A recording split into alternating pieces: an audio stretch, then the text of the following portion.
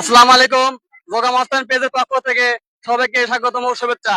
বাংলাদেশের আমরা এমন একটা লোক পেয়েছি, পাগলা বসু, যার বাড়ি সিরাজগঞ্জ জেলা শাহজাদপুর থানার।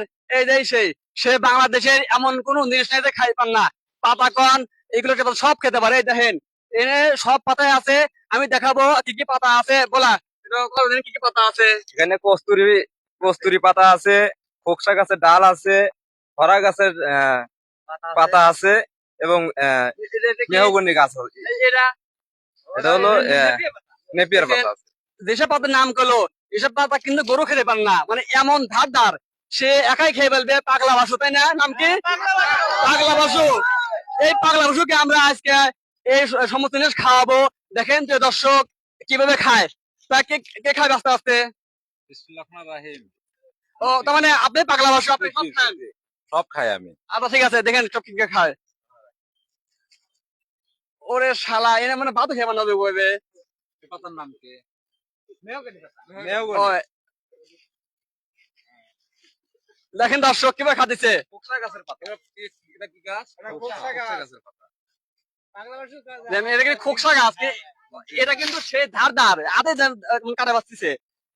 সে কিভাবে খাদিছে আমরা খুব স্বাদ লাগতেছে। ওরে আল্লাহ, এত স্বাদ কে! দেখেন এই হরা গাছ যে এই কাটা কাটা সবকিছু পাতা পাতা। তারপরে বাংলাদেশের এমন কোনো পাতা নাই আমি না খাইতে পারি। সব খেয়ে পারেন। এটা আপনি খাদিছেন, তারপরে কেমন লাগতেছে? আমার খুব স্বাদ লাগতেছে, তবে এক গাছের পাতা একরকম সুস্বাদু। ওরে বাবা। হ্যাঁ।